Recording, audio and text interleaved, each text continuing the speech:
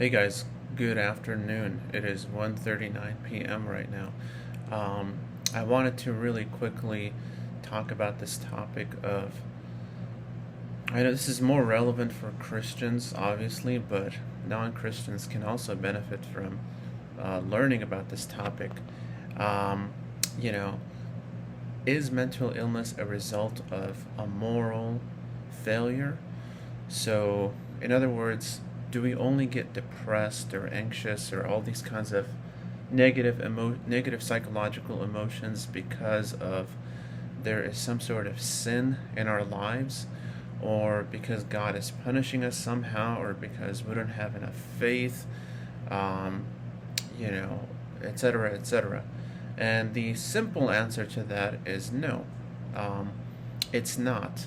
I know that's a shock to a lot of people, especially maybe more particularly the older generation. Like maybe if you're around the age of like 50 and above, you find it hard to understand why anybody would feel depressed, right? So a lot of people, for example, they say things like, well, you already have your family, right? Uh, you have your house, you have clothes on your back, you have, I don't know, what else do they say? Uh, you have a car, you have all these other things, etc., etc. And so, why don't you count your blessings? Why are you depressed if you have all those things? And I'm here to say that those are actually valid rebuttals to when somebody says, like, I'm depressed. So I'm not here to dismiss all that and say, oh, well, that doesn't count because you can still be depressed, which is technically true, but it does call into question why somebody, besides the whole mental illness aspect, why would we feel depressed if we have all those things? But what a lot of people don't understand is there's a difference between feelings of feelings of gloominess that come and go. They're more like seasonal. They're not chronic. They're not something that is going to be persistent. So and there's so some people call that acute illness, which means like it happens. Those kinds of negative feelings are bound to happen very sharply in one season, but they don't happen for a long time.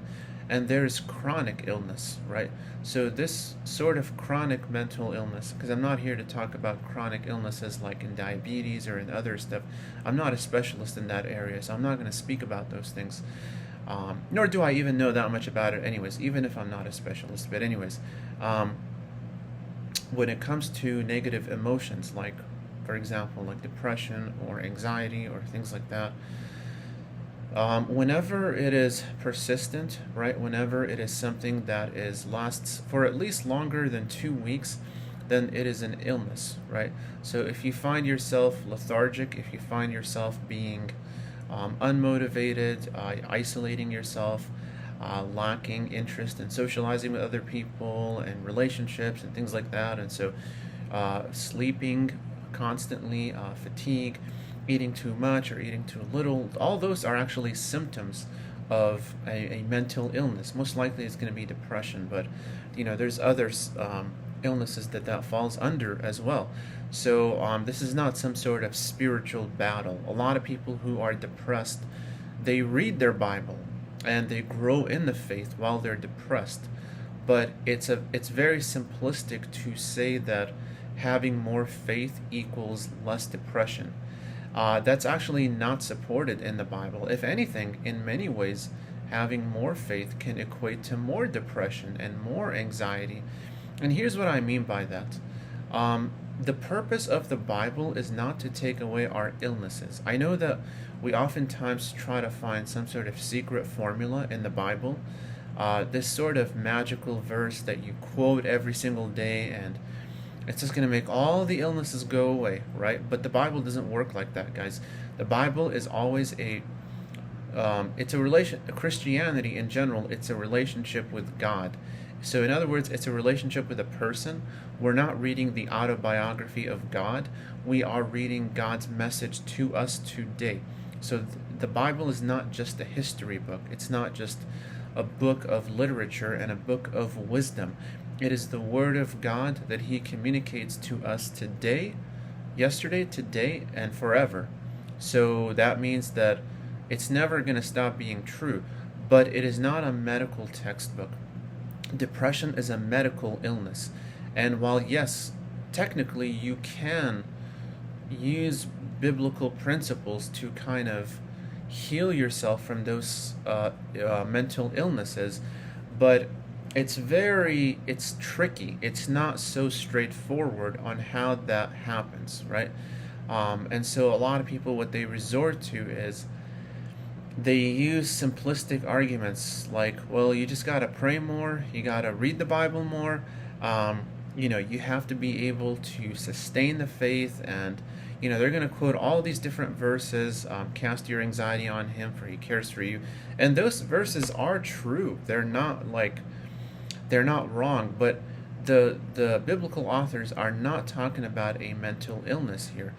They're talking about a spiritual state of mind where, in the context of being persecuted for the faith, Jesus says that if they persecute you, rejoice, right?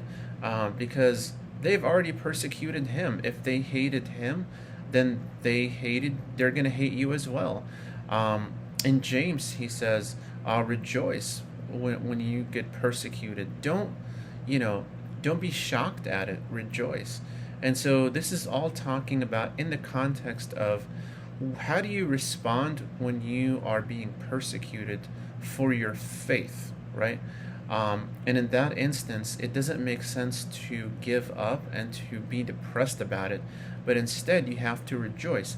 And here's why that's important. Here's why they say that. So they don't say that in a sense where, like, you're kind of numbing yourself to the pain. That's not what the biblical authors are saying. So they're not saying like, oh, there's going to be too much pain, so just, pretend that you're happy, rejoice, in hopes that eventually all those feelings are going to go away. That's not what they're saying. What they're saying is this joy that you have in you, it's going to push you further. It's actually going to empower you. So it's not this sort of placebo effect. It's like a drug. This joy, it's like this thing that you stick in your arm and you forget about the pain of persecution. That's not how it works, guys. When you are being persecuted for the faith, it's actually the Bible considers it a privilege, right? And so I'm not saying go out there and look for persecution, because persecution is going to come to you when you are walking with God, even in the church, not even just from non-believers, even from believers, they are going to persecute you. So that's not the point. The point is this sort of joy is not necessarily meant to heal your illness. So the biblical authors here are not talking about a medical issue. They're talking about a spiritual state of mind. Is how do you proceed when that situation happens? And that's their response. Their response is rejoice, because if you do that, you're gonna have more trust in God and more faith in him, right? And he's going to take you further and further in your spiritual journey, and you are going to grow closer to God. The gospel message will go to further and further places, and more people are going to be hearing about Jesus, and God is going to reward you for that. But they're inappropriate to quote when somebody is going through some sort of illness, psychological, cognitive illness. And I'm here to tell you guys, I'm sure you've heard it so many times, mental illness is a real thing. It has been documented for almost 150 years now. Scientifically, people knew about mental illness, but they thought it was surprisingly enough, a lot of people think today they're like spiritual illnesses. There's like a demon inside of you that has to be cast out, and all the elders have to come and pray so they can, exorcise that demon or spirit of depression, that spirit of anxiety. It's fine to use that language, just kind of like in a sense where you're just trying to encourage the person, but it's not appropriate to use that language to describe a medical condition. It's very inappropriate, and the Christians who do that should be very, very careful, and they should tread cautiously when using such language. So So I'm not discouraging the use of this language, but I do think that a person should be cautious and look at the big picture, not just look at it as a spiritual illness, right? A spiritual problem. So there's definitely a spiritual aspect to everything, even things that we don't think have a spiritual dimension to them, like finances, cancer, right? There's a spiritual element to all of those things, but it's not appropriate to say, oh, well, don't attend a Dave Ramsey Financial Peace University. Just pray about your finances and God is going to help you. Obviously, there's no contradiction between God giving you wisdom in your finances, right, and going to a Dave Ramsey Financial Peace University to learn about the practical stuff. The same thing is true of mental illness. So I'm not really sure. I'm genuinely interested, and I'm genuinely interested in somebody who doesn't believe mental illness is real to comment on my video, or to message me even, and to tell me why they think that the prayer and doing your part applies to all these other situations but not to mental illness. I really am genuinely curious, because given the body of the scientific literature and the studies that have been conducted for over 150 years, how can anybody think that mental illness is not a real thing? So I'm just curious, because these things have been replicated hundreds and hundreds of times, and there are thousands of studies that document the effects of depression, and this is one of the most well-studied scientific fields. And so I'm just I'm just very curious as how anybody can ignore all that wealth of information and try to discredit scientists and claim that somehow they have a solution that just totally disregards all that wealth of knowledge. So I'm very curious, just to kind of learn a different perspective. But anyways, guys, I just wanted to encourage you with that. I don't think it's wise to also wallow in a mental illness, because I think that maybe I'll do a video about that next time.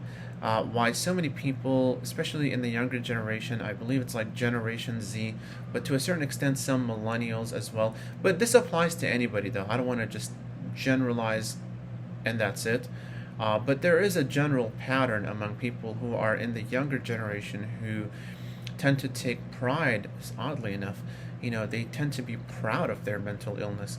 And to me, that's such a bizarre way of looking at it. It's like, why would you be proud of your mental illness? Like, I get the fact that you don't want to be ashamed because you have depression, anxiety, schizophrenia, like all these other illnesses.